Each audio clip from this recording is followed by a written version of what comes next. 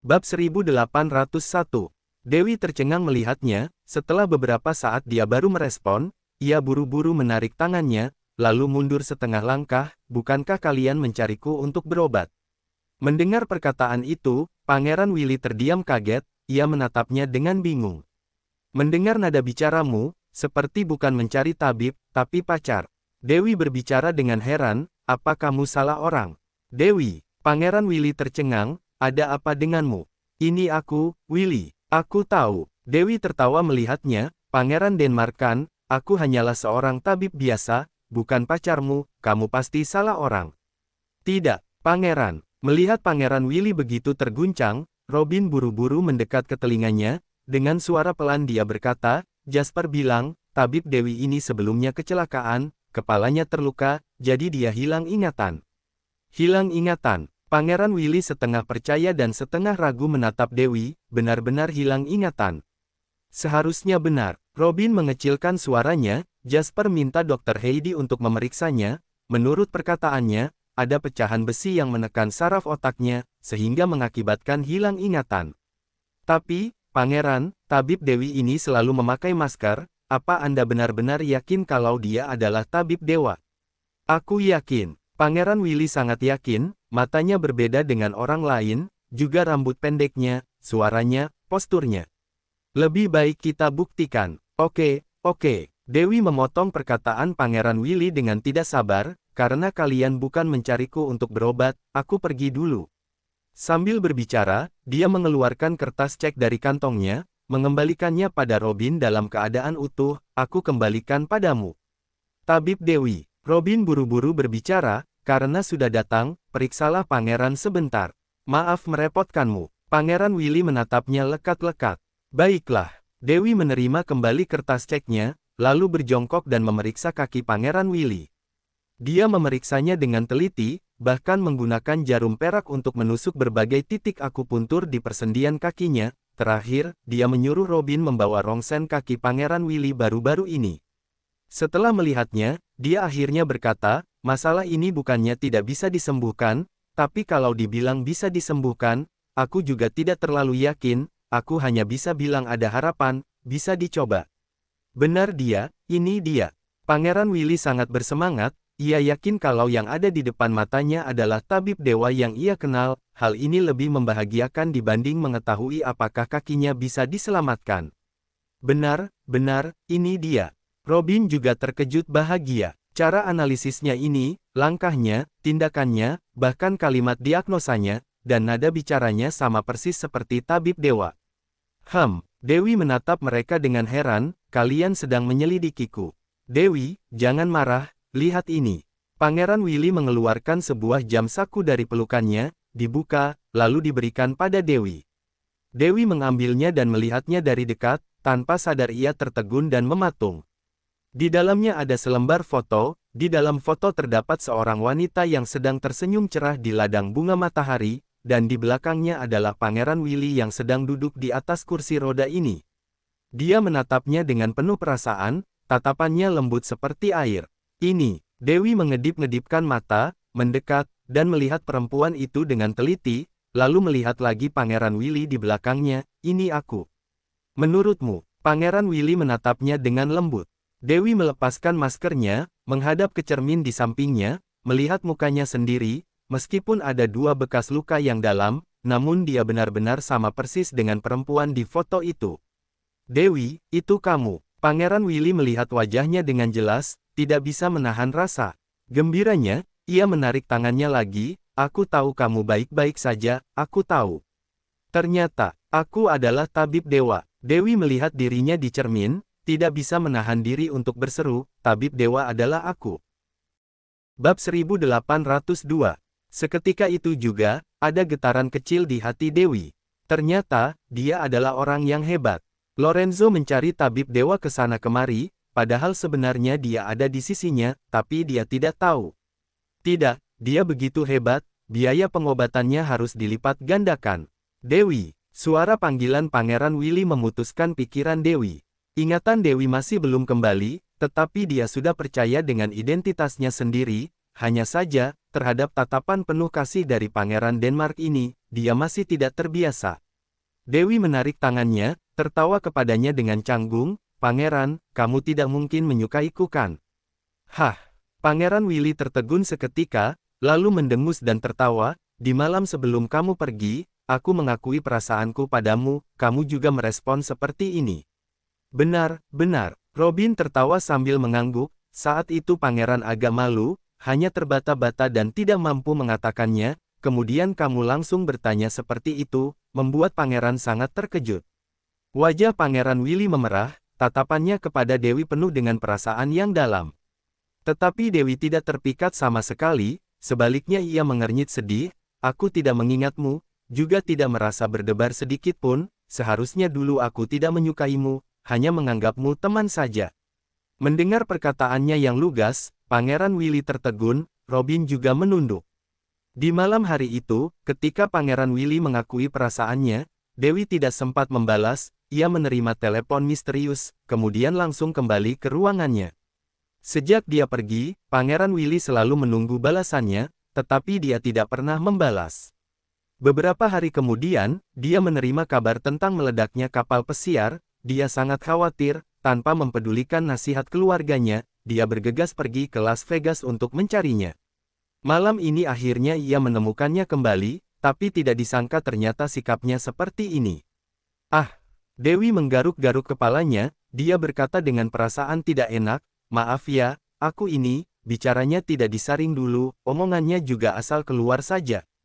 "Tidak apa-apa." Pangeran Willy buru-buru berkata, "Kamu lupa ingatan, tidak ingat masalah yang dulu, bagimu aku hanyalah orang asing, sangat normal berpikir seperti itu, aku paham." "Tapi, benar, paham." Robin mengikutinya berulang-ulang, "Masih ada banyak waktu, jangan tergesa-gesa, tunggu kamu sembuh, kalau sudah ingat hal yang dulu, pasti tidak akan berbicara seperti ini." "Benarkah?" Dewi mengerutkan alis menatap Pangeran Willy, "Tapi aku merasa, kalaupun hilang ingatan, seharusnya akan ada perasaan terhadap orang yang dicintai, tapi terhadapmu aku tidak." Tabib Dewi, Tabib Dewi." Robin buru-buru memotong pembicaraan Dewi, "Kita jangan bicarakan hal ini dulu sekarang, pikirkan cara mengobatimu saja, aku akan segera mengatur Dr. Heidi untuk menyembuhkan Anda." "Tidak perlu." Dewi buru-buru menolak, dia hanya punya keyakinan 50%, aku tidak bisa bertaruh. "Tapi dokter tidak bisa menyembuhkan dirinya sendiri, kamu juga tidak bisa menyembuhkan dirimu sendiri kan?"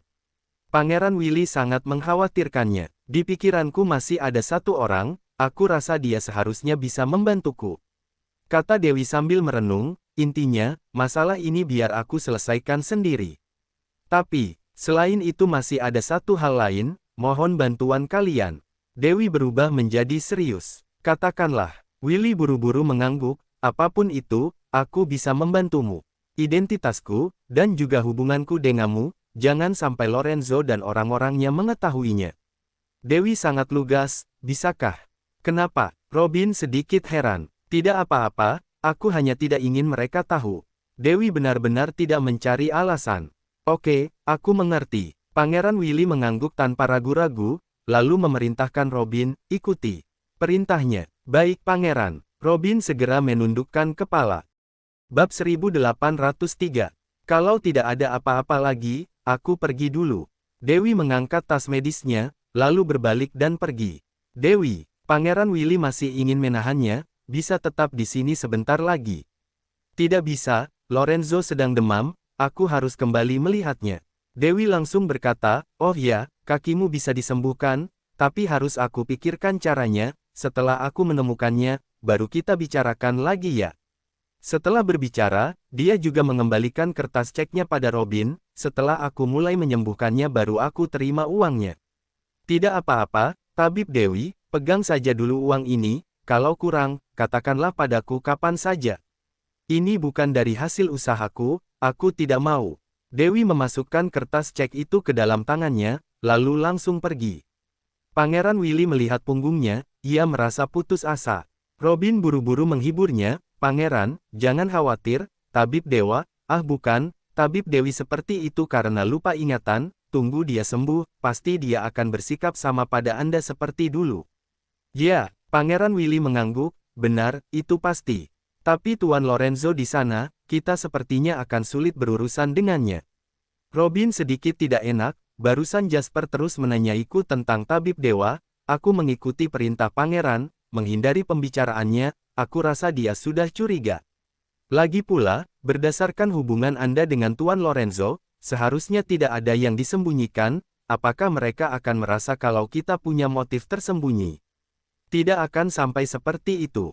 Pangeran Willy tertawa, mereka ingin mencari tabib dewa, seharusnya untuk menyembuhkan Tuan Lorenzo, hanya saja ia tidak tahu kalau orang itu adalah tabib dewi. Lagi pula, tabib dewa memang sedang menyembuhkan Tuan Lorenzo, tidak akan mempengaruhi kondisinya, jadi kita tidak perlu terlalu memikirkan hal ini. Benar juga, Robin mengangguk, kalau begitu lain kali, kalau Jasper bertanya padaku, aku akan langsung berkata, keterampilan medis tabib dewi sangat tinggi, agar mereka tenang menerima pengobatannya. Ya, Pangeran Willy mengangguk, tabib dewa selalu rendah hati, tidak suka orang lain mengetahui identitasnya yang sebenarnya, jadi di awal saat dia memberikanku penangkal racun, awalnya ada 3 kesepakatan, yaitu meminta kita untuk menjaga rahasianya.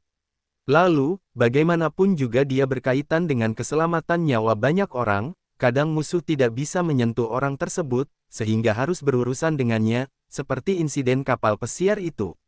Robin terlihat sangat khawatir. Insiden kapal pesiar itu awalnya ditujukan untukku, orang yang melakukannya mengira, kalau tabib dewa terbunuh, aku tidak akan bisa sembuh, seumur hidup duduk di kursi roda, juga tidak akan bisa mewarisi tahta. Memikirkan hal ini, tatapan Pangeran Willy berubah menjadi dingin, dari kecil hingga besar, aku menanggung penghinaan, mendapat kekangan di mana-mana, tapi mereka masih tidak mau melepaskanku. Mungkin seperti kata ibu, menghindar tidak akan menyelesaikan masalah, harus menjadi kuat, barulah bisa melindungi diri sendiri dan keluarga. Robin mengingatkan dengan suara lembut. Benar, Pangeran Willy mengangguk dengan kuat, aku harus menjadi kuat, melindungi Dewi dengan baik, juga membuat orang-orang itu tahu, kalau aku tidak mudah ditindas. Oleh sebab itu, memenangkan hati Tuan Lorenzo adalah pilihan terbaik kita. Robin kembali membahas topik ini, kita tidak boleh menyinggungnya. Aku tahu, besok aku akan menjelaskannya sendiri padanya. Willy mengangguk, memutar matanya dan melihat ke arah pintu, entah kapan Dewi akan mengingatku. Dewi kembali ke ruangannya, sedang bersiap untuk istirahat, tiba-tiba Kelly datang mencarinya, tabib Dewi, demam Tuan sudah mencapai 38,8 derajat. Siapkan kotak obat. Dewi bergegas pergi ke ruangan Lorenzo, pertama-tama dia memeriksa suhu tubuhnya, kemudian segera memberinya obat. Setelah melakukan serangkaian operasi, Dewi langsung bertanya pada Jasper, apa sebenarnya obat kimia yang kalian berikan pada ular berbisa itu? Sampai racunnya bermutasi terus-menerus. Saat ini kami tidak bisa menjelaskannya, hanya bisa memperlihatkan resepnya padamu. Ekspresi Jasper sangat khawatir, bagaimana keadaannya sekarang? Apa sangat parah? Bab 1804. Lebih buruk dari yang aku bayangkan. Dewi melihat wajah Lorenzo yang pucat, alisnya berkerut, aku meremehkan racun ini, racunnya sekarang tidak berhenti bermutasi di dalam tubuhnya. Hah, kenapa bisa seperti ini? Jasper terkejut hingga wajahnya pucat pasi, jadi, harus bagaimana? Harus cepat kembali. Dewi berbicara dengan yakin, apa ular berbisa yang menggigitnya itu masih ada? Ada, Jasper mengangguk, dikurung di dalam laboratorium. Laboratorium, ekspresi Dewi berubah, kalian sedang melakukan eksperimen terhadap binatang-binatang itu. Mengenai masalah ini, aku tidak bisa menjelaskannya padamu sekarang. Jasper menutup-nutupi hal penting itu, kamu juga tidak boleh tahu terlalu banyak, jangan bertanya lagi. Oke, aku juga tidak mau banyak bicara. Dewi berkata dengan dingin, intinya cepatlah kembali, atau penyakitnya akan berkembang semakin serius. Kalau saat itu tiba, jangankan aku, dewa pun tidak akan bisa menyelamatkannya. Tapi, kenapa kamu sebelumnya tidak bilang? Jasper khawatir, kalau tahu dari awal. Mana ada kemungkinan sebanyak itu? Dewi marah, aku ini tabib, bukan dewa, tidak bisa memprediksi semuanya. Meskipun aku tahu racun ini adalah kombinasi dari hewan dan obat biokimia, tapi aku juga tidak menyangka akan bermutasi, ini sudah melampaui lingkup pengetahuan seorang tabib. Mendengarnya berkata seperti itu, Jasper juga tidak bisa menyalahkannya lagi, tapi dia merasa kesulitan. Besok malam ada satu pesta yang sangat penting. Tuan dan pangeran harus pergi menghadirinya bersama, takutnya Tuan tidak akan setuju untuk kembali saat ini. Nyawa yang penting, atau pesta sialan itu yang penting. Dewi berteriak dengan geram, sekarang, saat ini juga, segera siapkan mobil, kembali ke gunung, aku akan mengetes darah ular, untuk mencampurkan obat lagi butuh waktu, tidak bisa ditunda. Tapi, Jasper sangat gelisah, tidak tahu harus berbuat apa. Besok malam, baru kembali. Tiba-tiba, muncul sebuah suara yang lemah. Jasper menoleh, buru-buru menyambutnya, Tuan, Anda sudah bangun. Kamu sudah mendengar semuanya. Dewi mengernyit menatapnya, apa kamu tahu seberapa serius masalahnya? Aku tahu. Lorenzo perlahan-lahan membuka matanya, tetap tinggal 1 hari lagi tidak akan membuatku mati. Kamu, kalau benar-benar terjadi sesuatu, itu adalah kelalaianmu sebagai tabib. Belum sempat Dewi berbicara, Lorenzo sudah memotongnya. Dewi marah dan menggertakkan giginya, dia melempar handuk yang ada di tangannya, dan berkata dengan geram, sialan, kamu sendiri yang cari mati masih menyalahkanku.